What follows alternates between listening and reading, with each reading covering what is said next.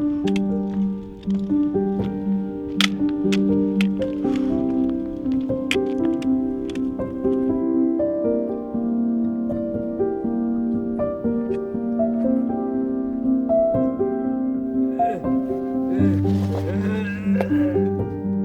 might ask, why would somebody push themselves, their body, to this level of pain?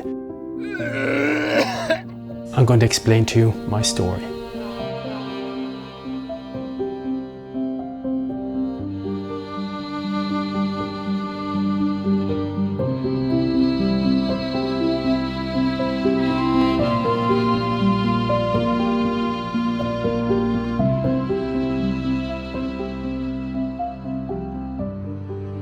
There's a chain of about 5 of the highest peaks in Ireland along this ridge here, and Carrauntoohil is the highest of them at 3,414 feet, which is like a kilometre straight up, you know.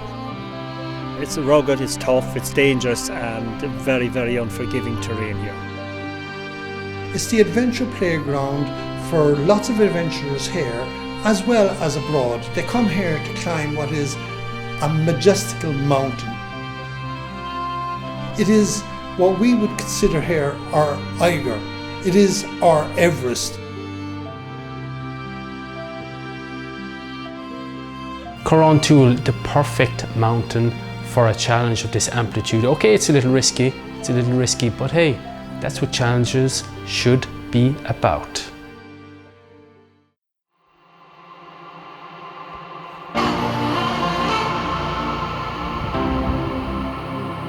I'm Sean Clifford, originally from the Kingdom, from Killarney in Ireland, and I've been living in France for quite some time now.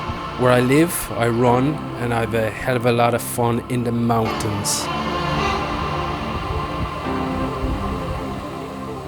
Online, I suppose people know me as a plant-based ultrarunner, and yes, I won't lie, I'm very passionate about healthy eating, as much as running in fact, because for me, they really do go hand in hand. Ultrarunning and healthy eating or healthy lifestyle. That's good food. Coming back to Killarney every summer, I spend most of my time in the mountains.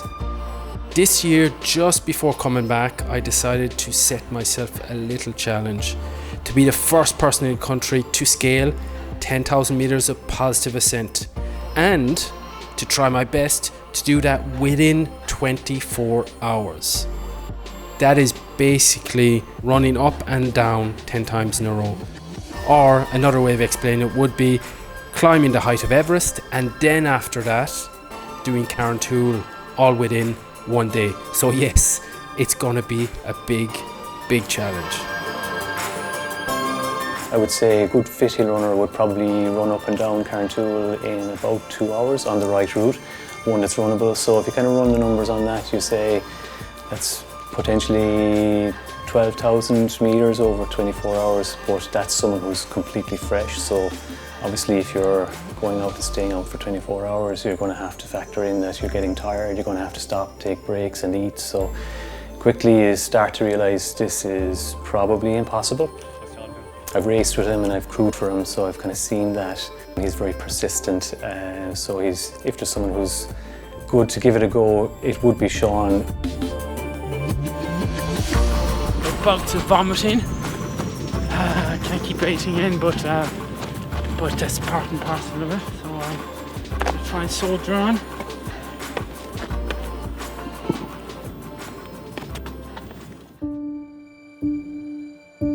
Being from Killarney as a child, we literally grew up in muckras. We swam in the lakes, we rode on the lakes, and then we ran around the lakes. It was only, I suppose, in our teens that, you know, the draw of the mountains, Torc, always there, looming in the background, Mangerton, etc. It was in our teens that we really started venturing up the mountains closer to town that are reachable by bicycle. The Reeks, of course, are further outside town, so I suppose it was in my early 20s when I started running around the country, up in the Wicklow Mountains, etc., that really the Reeks started to pull me in. I remember perhaps the first time that I ran up Carrauntoohil itself, especially in a competitive setting, it was 2003. It was the Carrauntoohil Classic, and I was racing against or behind the legend, the international and local legend, John Lenihan, who won that year actually his 15th time in a row. And Carrauntoohil obviously is his playground. That's where he has trained for winning world championships. I suppose Carrauntoohil was my craic really growing up. This is where I love to spend my spare time. I suppose I started off here doing a lot of hiking in this mountain, hiking here on my own, hiking here with my friends, and just developed a love for that type of landscape, which eventually I suppose, you know, it led to my racing here and getting involved in mountain running really. Well, I think you can safely say you can stand on any start line in any country in the world and feel confident that you can cope with the elements after training here in Carrauntoohil because of the type of terrain and the ruggedness. I know what it's like to be on that mountain for 1 hour and 11 minutes and the concentration it takes, and it just boggles the mind to sort of get your head around how, like Sean, spending 23 hours on a mountain and holding focus, and I suppose it brings a whole new perspective to that type of running because you're looking at, you know, maintaining your energy, diet or whatever for that. That doesn't come into play in what I do, so it's a different ball game completely. Not only is Carrauntoohil a training ground for world champions, Arctic explorers and hill walkers, but it's also a mountain range where some crazy records and challenges have been done. Namely, Byrne, who's living locally, was the first man to do what we call now these days an Everest. Climbing Ireland's highest mountain once just isn't enough for Byrne. He has to do it 15 times in no less than 30 hours. The crazy idea came about when a friend challenged him to climb Mount Everest. I said yes, as a joke. And I thought about it afterwards and came home, got the map of Carrauntoohil out, looked at it, and reckoned if I did Carrauntoohil 15 times, I would have Everest in Ireland without having to travel. Last year did very well in the Kerry Way Ultra. He's had a couple of races recently where his form hasn't been as good, probably tired coming out of the winter. He also ran, I think, into some trouble with a sporting injury about 5 or 6 weeks ago, twisted his ankles. So personally, I think it's probably a little bit too soon. I don't think that his fitness level is ideal, but timing is important to him as well, because I think he wants this to be done in the first half of the year, if it's going to be done at all, because he's going to do the ultra again later in the year. I'm not really any stranger to ultra running. I've been doing it for quite some time, quite a number of years, and all around the world. So when it came to this, there was a certain amount of, I suppose, idealism, which obviously had to be calmed down by the guys, and while they were looking at the routes and see what was and what not possible. So we did scale it back a tiny bit. Been looking at a couple of your routes there, and I've done a bit of plotting. Car up and down a few times. You could come across the ridge maybe in the morning when it's brighter, you know, it's safer. Discouraged him from covering all of the ridges. Some of them are quite exposed technical ridges and not very runnable. So we've looked at the routes and we've chosen areas that are safer, more runnable, particularly bearing in mind that Sean's going to be out during the night, it's going to be dark. Weather could be poor, there could be cloud and he could be in a whiteout, and particularly as well given the length of time he's going to be out, tiredness is a factor here as well. One of the great things I love about ultra running and mountain running is the community. Whenever you want to go out there and do something, you have this group that kind of forms around you that it's almost as if they're looking for an excuse to get out in the mountains and participate and help. And that's one of the great things, and this challenge was no different. No sooner had I said it, had I thrown out the idea, and I had a lot of people saying, you know, I'll be there, tell me what you need, and I'll give you a hand. Make your way over here to Carrauntoohil and down, and I'll meet you somewhere there. You might be getting tired at that stage, and might be good to have a second dice. Okay. Part of Sean's idea for the challenge is to raise money for charity, a charity that's close to his heart. But he's got a bit of a twist on the raising of money, in that he's promising that if he doesn't achieve the altitude gain of 10,000 metres in 24 hours, he's going to give every penny back to the donators.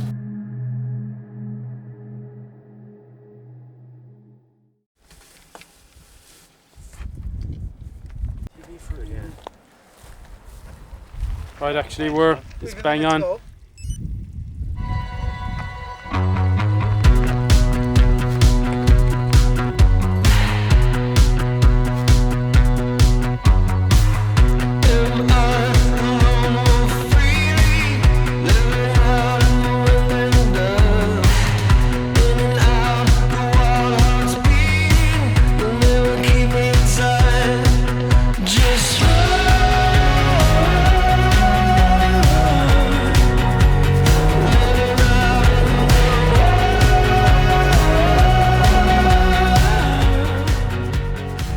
Approximately coming up to 2,000 meters.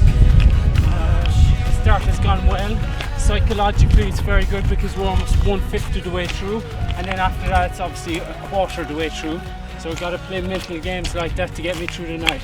But things are going pretty well so far, so good.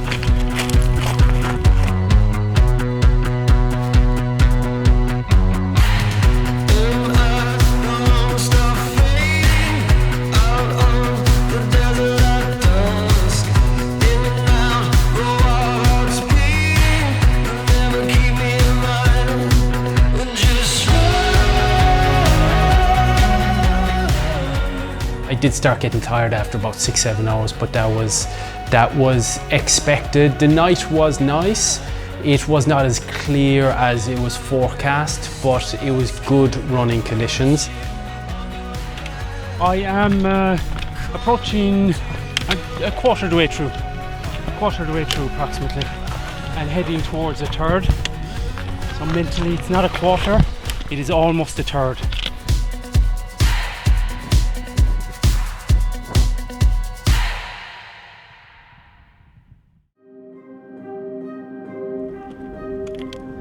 The last 2 hours have been tough when my support left me. I wasn't eating enough, so I didn't have energy and didn't take enough liquids, which I knew was a problem with me, despite the fact my support shouting at me to do it. But I've gotten some food in, some hot food, some water, some liquids, feeling a bit better. Obviously, the sunrise is not far away. I'm mentally focusing on that and just plodding away.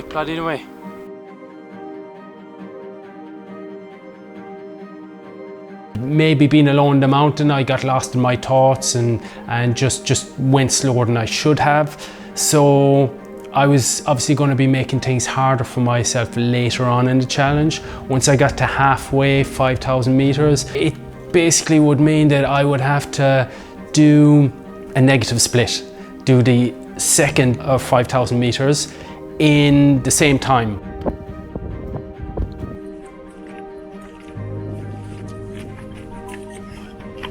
Right, that's it, we're 7 AM going on 6,000 meters. It was a slow night. Obviously the time has caught up with me, so it's going to be pretty tight. By the time I met him in the morning, fatigue was starting to show, but I knew that I had to take over some of the thinking and try and make the most of the route. Carrauntoohil, there's a lot of wasted stuff. Yeah. Stuff. This will be just... Yeah, no, that's good. I lost a lot of time there inside a big bag with all my equipment, so I was walking a lot, but it had to be brought over. But you know, we'll try and make up some time.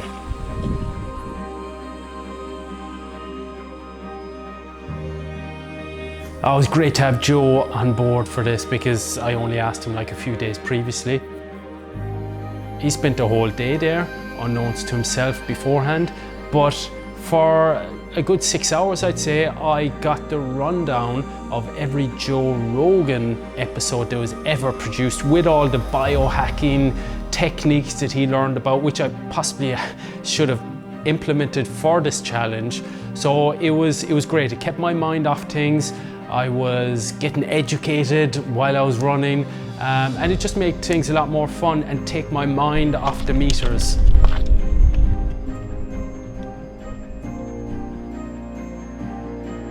Most people know me as the plant-based ultrarunner, and yes, I'm a big advocate for eating healthy, wholesome, organic, plant-based food. And whatever people's opinion is on plant-based or not plant-based, vegan or not vegan, what I'm adamant about is eating healthy food.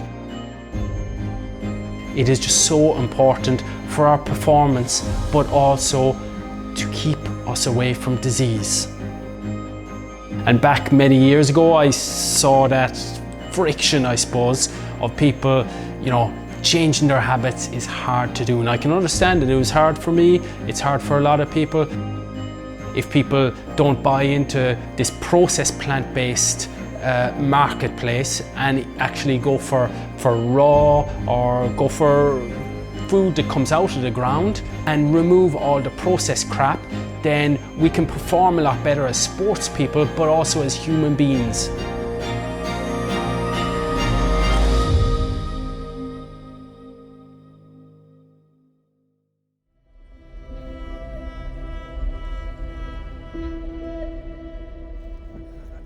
He's on track for Everest, and then he'll be on track for the 10,000 metres in 24 hours. I feel confident about that, so because he's going fairly good pace still, and Joe has been pacing him for the last 3 hours, and Damien now is here as well, and myself. So I think he'll keep going.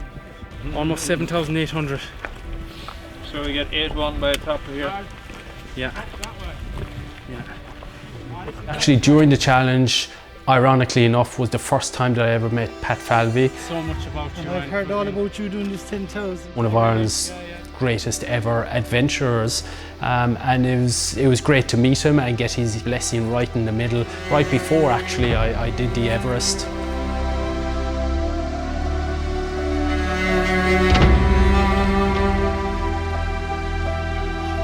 Cloud lifted and we had sunshine. The scenery was absolutely epic. It was epic for everybody that was up there because there was so many hundreds of people up there. For myself, it made things a hell of a lot more difficult. I don't take the heat well, and I suffered a lot.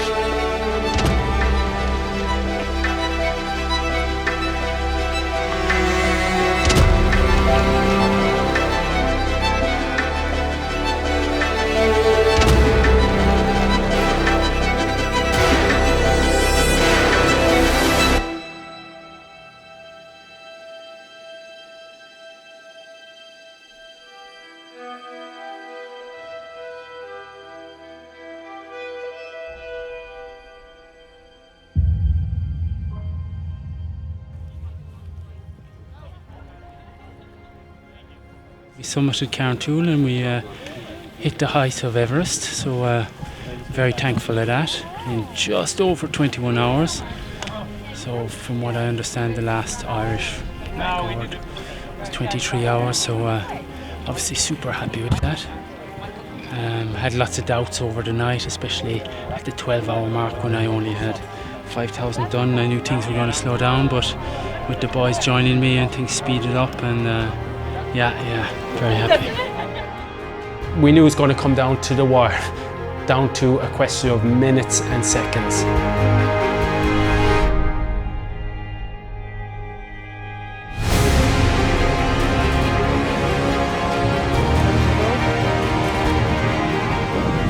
"40 metres, 13 minutes. You always have something extra. I mean, everybody knows about my diet. I know that I can push that little bit extra.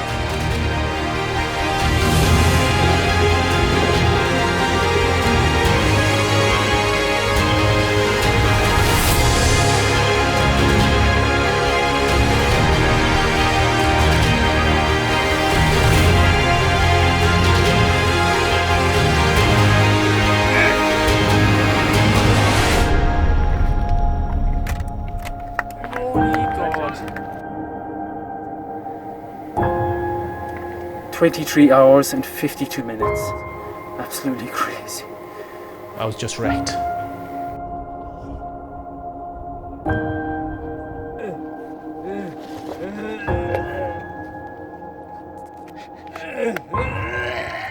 He gave it his all, and it just broke him.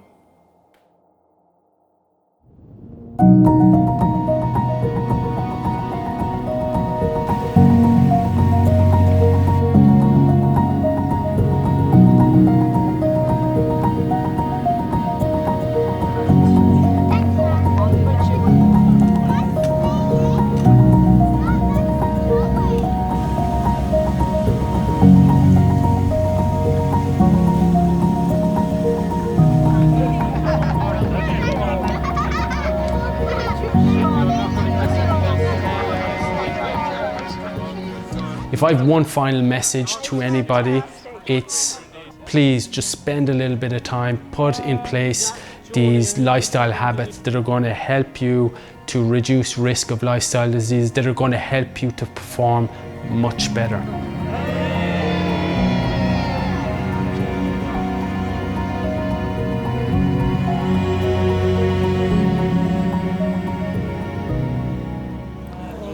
Anyway, thanks be to God, you're home safe and sound.